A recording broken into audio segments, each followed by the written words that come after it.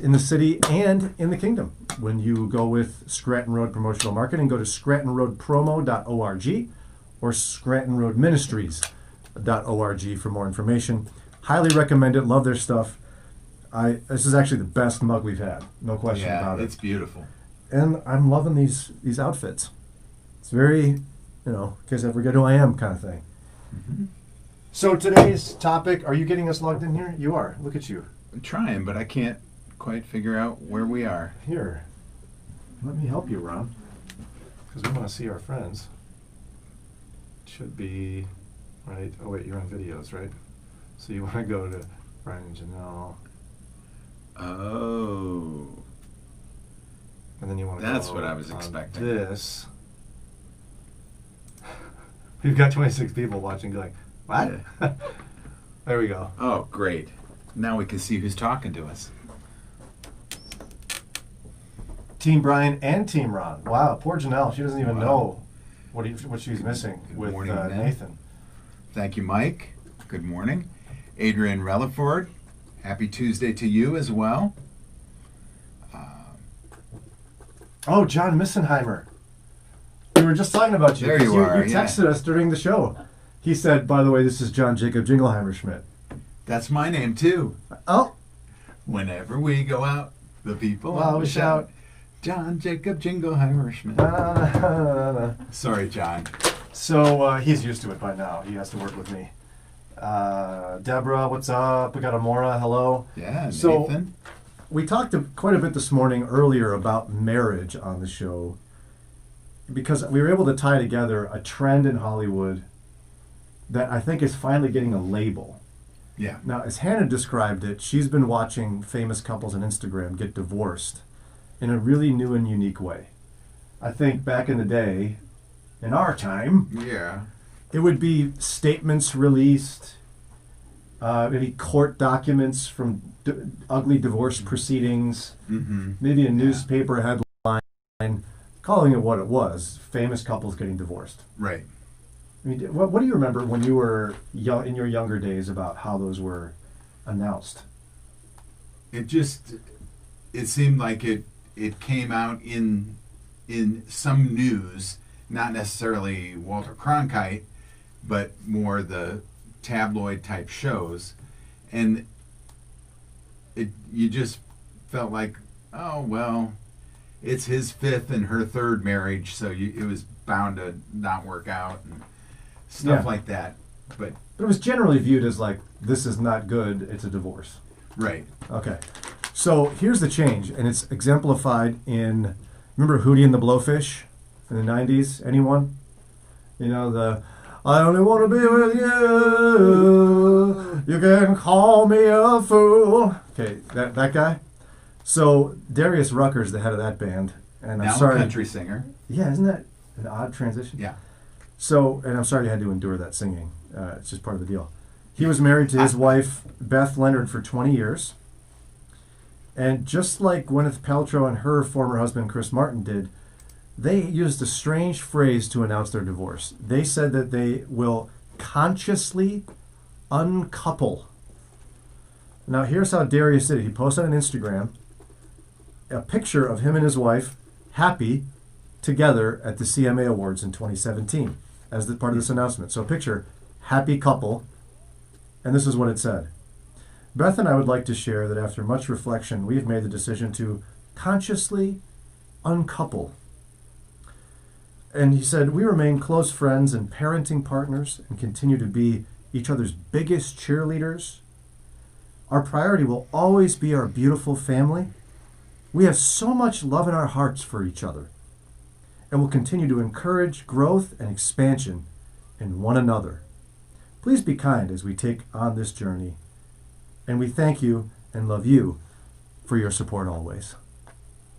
Doesn't that sound romantic, actually? Yeah. And it's interesting. They said, please be kind. Oftentimes, a release will say, please give the family space or respect their privacy. It's a shame that we have to remind people that, that you have to be kind and respect privacy. But in the age of everybody has a cell phone with a camera, and you can, if you catch the right moment, you can sell it for big money to TMZ or one of the networks. There is no privacy. Everybody's trying to get their 15 minutes of fame. And so maybe that's part of it. Yeah, maybe. But at the same time, I find this so mysterious. Somebody who describes their relationship as close friends, parenting partners, each other's biggest cheerleaders, so much love in our hearts for each other, and we're going to encourage growth in one another. That sounds like a healthy marriage. Yes, it does. It sounds like I'd like my marriage to achieve those goals. Right. Wouldn't anybody? And yet, that's the pretext for them explaining that they're getting divorced, but they're calling it something quite happy. Consciously uncouple. It sounds like at a train yard where you back up the engine and you say, okay, we're here. Let's consciously uncouple from the trailer. It does sound like some sort of train maneuver. Yeah. So I'm curious to know more. What's behind this? Is it a lie? Is it some weird view of marriage, some flawed view of how it's supposed to work? What's behind this? Samantha says it's just a way for high-profile people to divorce without letting everyone know their business, sometimes backed by an NDA. Or non-disclosure? Yes. You think so? But, okay, I would agree with you on that if they said, we're letting you know our marriage has ended, we still respect each other, please respect our privacy. That's one thing. But to describe your marriage as essentially healthy. Yeah. We love each other more than anything, we're great parents, we encourage each other, we like each other. Like, that does not equate divorce. So the question is, to me, Samantha, is, are they lying? Or is this some new trend we're noticing of people just kind of going, man, I love you like anyone should, but I don't know. Yeah. I don't want to be married anymore. Not only do I not only want to be with you, I don't want to be with you. I want to be in another house, maybe another state. That's not healthy. So to me, I think there is a sense of untruthfulness in that. If you could describe your marriage the way they describe their uncoupling, you'd be in good company. So I don't get it completely either. There's got to be more to it, and if you read between the lines, cheerleading is loud voices with a lot of arm motion, and there probably is loud with a lot of motion, but it's not cheering. Because usually it's irreconcilable differences that result from constant fighting. Yeah. That's how divorce is usually viewed. And they have niced it up by saying no-fault divorces. So you don't have to say, well, he abused me or she abused me, or somebody had to be at fault before. Well, now it's no fault. We grew apart, or some kind way to say it. By the way, Gary, no worries, my friend. Thank you for the welcome back. You are entitled to a day off now and again. I took the week off. Thanks for standing strong for the team last week in my absence. And the team is strong this week. Nathan's been actually hashtagging Team Brian and Team Ron quite a bit this week. Wow. Yeah, it's interesting to see in this age of social media. You have to act quick with the story, get the spin you want, control the narrative, and I think that's what's being done here. That this is what they want people to think, so they put it out that way before anybody else can start the story off in a different angle. And again, if you're just jumping in, like my lovely wife Sarah, hello, my dear. We're talking about this strange new Hollywood trend. Multiple couples have called it this. They celebrate a divorce by calling it that they're consciously uncoupling. It's because I think, as somebody just pointed out in the comments, that there's a negative connotation that goes with divorce. But it's not just eliminating the negative connotation. which I've seen some people do. They're saying we're separating, we respect each other, but our marriage no longer is viable or something. It seems as if they're putting up this facade of everything's happy, which I think strangely could really be true.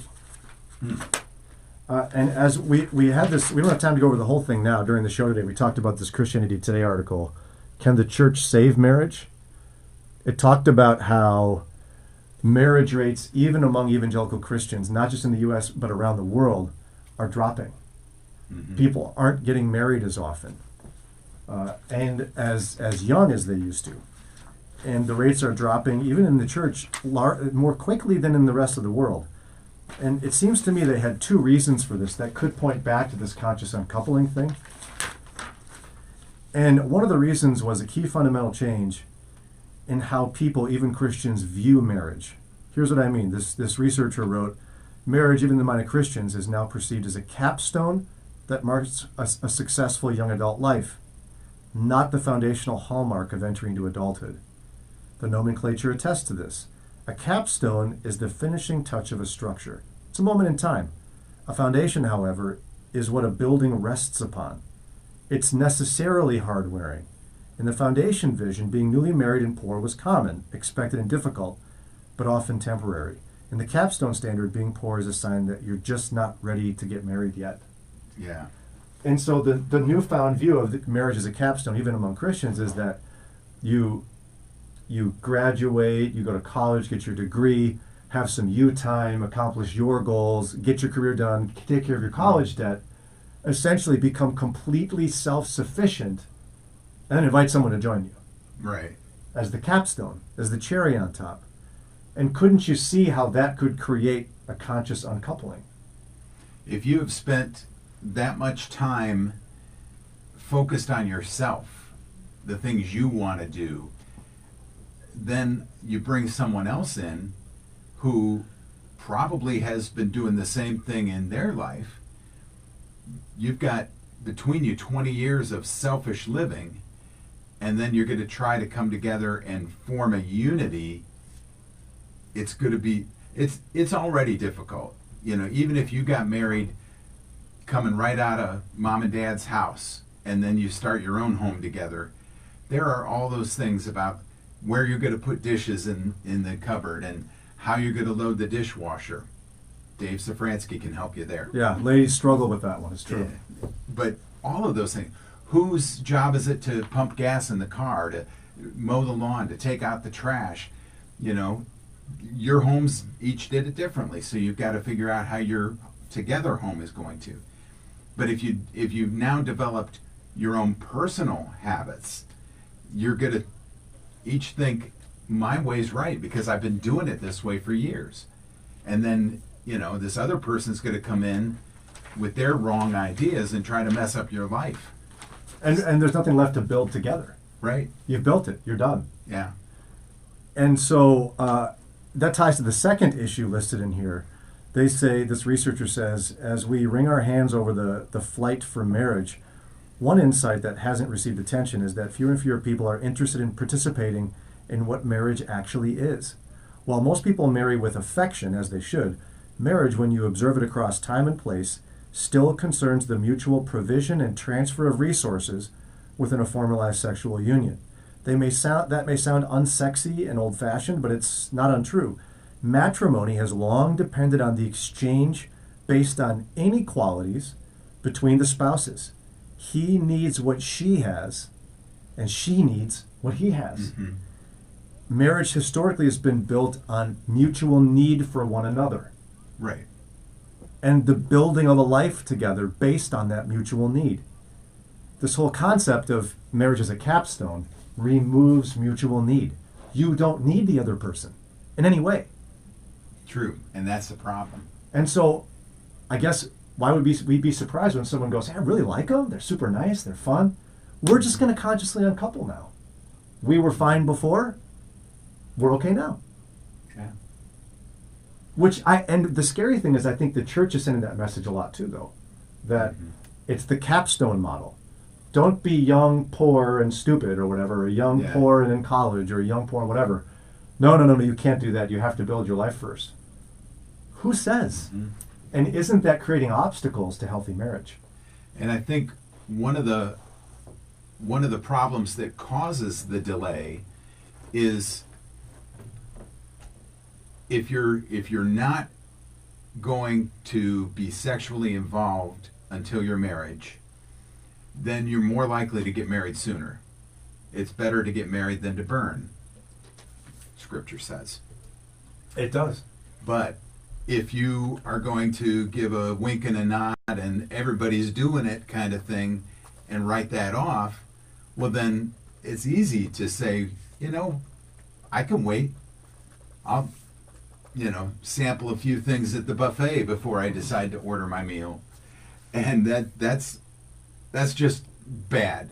It's a slippery slope, building your foundation on sand like the foolish man. The wise man builds his house upon the rock.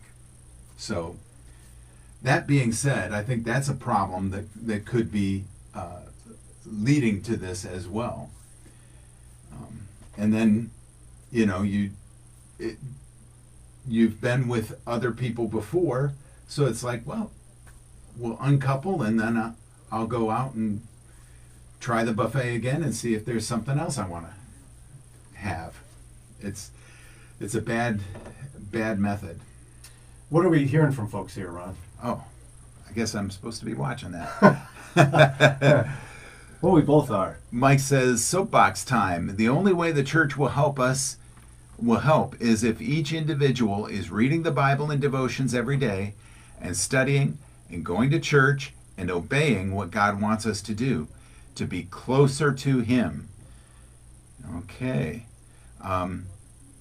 We got an amen from Nathan to that.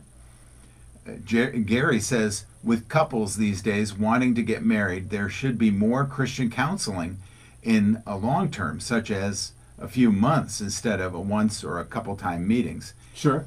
Gary, I could see that being very helpful. You go in, at least I went in thinking, I've heard James Dobson programs for years. I know how to be a good husband. Boy, was I wrong. I had a lot to learn. Mike is saying, you say need each other, Brian, and yet songs we sing and opinions Christians have because they take it out of context is that all we need is Jesus. Spiritually, this is true. Living life, this isn't true. I know exactly what you mean. Because somebody can be single and still have a healthy spiritual life, and you can be married and have a healthy spiritual life. But marriage is supposed to reflect Christian relationship with the Lord. Yeah. And that being the case, we have a constant need for Christ. We're sinners in need of salvation. We're supposed to give a sacrificial love to our spouse because Christ gave himself for the church. Yeah. Husbands, love your wife as Christ loved the church and gave himself up for it. If that's the case, then it truly is, marriage needs to be based on a mutual need. Yeah. And mutual sacrifice. Sacrifice, yeah. And the capstone model of marriage doesn't promote that. No. It can't promote that because you built a life to the point that you were self-sustaining and fine without this person. How can you possibly need them? Unless you have to work at it. I don't know. Well, yeah, if create need somehow. If you've gone to that extent, you will have to work at it. Bonnie's got a point. There she is. I think the problem with a celebrity marriage is that they often travel so much they have no foundation. Yeah. There is love and care, but it is much more difficult. As a two-veteran couple, we know it takes much more work to be away from home a long time and try to fit back into the marriage. We made it work, but it was a challenge just to figure out where we fit into daily life. Thank you, Bonnie, and your spouse for service. That is that's much appreciated, and I get your point. If you get called out on deployment, you got to go, and that could be, like you say, months at a time. So that's difficult. And the celebrities, whether you're a musician out on tour for months at a time, or an actor or actress, you're going to be at a film shoot location for a month, 2 months, 3 months. And then you throw in, what if you're in a romantic movie, and so say your husband is going to be the romantic lead with some hottie, 10 years younger than you, and they're going to be having these scenes that you don't really want to think about. That could undermine a marriage as well. It'd be hard. Yeah, and I think Bonnie's right about the traveling issue. But don't you see often in Hollywood someone's built their own career already? And so marriage is more a social convenience than it is a necessity. Yeah. I don't want to call it a necessity because it's not the right word, because Paul indicates that it'd be better if we could all be single. And there's nothing wrong with singleness. In fact, it's a gift, right, as the scriptures describe it. But I think it has to do with the proper view of marriage. And I think far too often, if our model for our kids is the capstone model, that get your whole life together and then get married, I think we're setting them up for failure. I think we are. Yeah. And yet I don't want my 14-year-old, almost 15-year-old to be getting married in a few years. It's the last thing I want. Well, I mean, I want it, but I don't. Right. But you're looking at it from the perspective now of her being 14, and that's who she is. But when she's 18, she's going to be so much more mature. She's going to have blossomed into a young woman, and you're going to still not want her to get married. No man is going to be worthy of her love. That's true. But you'll be able to accept it a little better. Well, I'll settle for that then, Ron. But you'll still be, when he comes over for the first date, you'll be on the porch shining your gun. Gosh, I'm not ready for any of that. But I don't know. Your and Dana's situation is unique because her previous husband had passed away, correct? Right. So talking about age of marriage and such is not a thing necessarily in your situation. For Sarah and me, we were pretty young. She was 19 when we got engaged. Mm. I don't regret it in any way. Right. I had a job and she had a job, but we got our jobs after we were engaged and committed to marriage and had a date on the calendar. We were still in college when we got engaged. But even then, we think back and wonder whether were we buying into the capstone model by insisting that we graduate before we get married.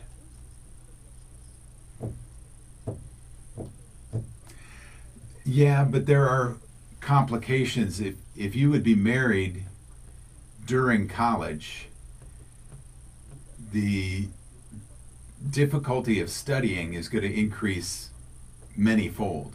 Yes, however, we spent most of our days together studying while we were in school, and as my wife has pointed out, it's easier to get financial aid if you get married young during college. Okay. Because they base your financial aid on your income. When you're under your parents' income, it's much higher than when you have no income. Right. Or a minimum wage. And so she's like, there's advantages actually to even kicking the trend of waiting till you graduate to get married. Mm-hmm. So I wonder if it was even creeping in when her and I were younger. All of those many years ago.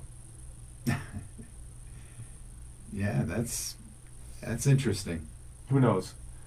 Like Ron mentioned, Gary says 18 is more mature. I don't believe that age isn't mature enough. Some need to wait till close to 30-ish to have figured out some of life and be ready for a serious relationship. I think that's true for some. Yeah. However, I'm still maturing. Yeah. You are too. Yep, that's true. It's true. Where there's a point at which I'm not certain anyone ever is mature enough to get married. Are they? Right. It's kind of like when you're ready to get married and you're not. Ready to have kids. Mm-hmm. Were you ready to have kids when you got married and you had already 2 children, right? Right. I married into 2. Because of Dana? I thought I was ready, I can do this. Yeah. I know what I'm doing. My dad was a dad, so I could be a dad. It's easy. It's not easy. Yeah. But they turned out okay, so the blessings of the Lord and years of counseling. No. Well, wouldn't be a bad thing. Yeah. Well, with that in mind, hope this stimulates some good discussion for you. Again, we started off talking about Darius Rucker being consciously uncoupled. And then a really great Christianity Today article Kelly has posted on our Facebook feed here earlier today, Can the Church Save Marriage? Some great research in there. Also, special thanks again to Scranton Road Promotional Marketing, a division of Scranton Road Ministries, there for all of your kitschy gear. That's where we, courtesy of them, have these new mugs we're giving out, the 3rd edition, limited edition. Brian and Jannelle having the family mugs. And the cool gear we have here that you can't get. This is just for us. We're very excited about that. And special thanks to them for sponsoring Overtime. Yeah. And thanks to Ron for being here today.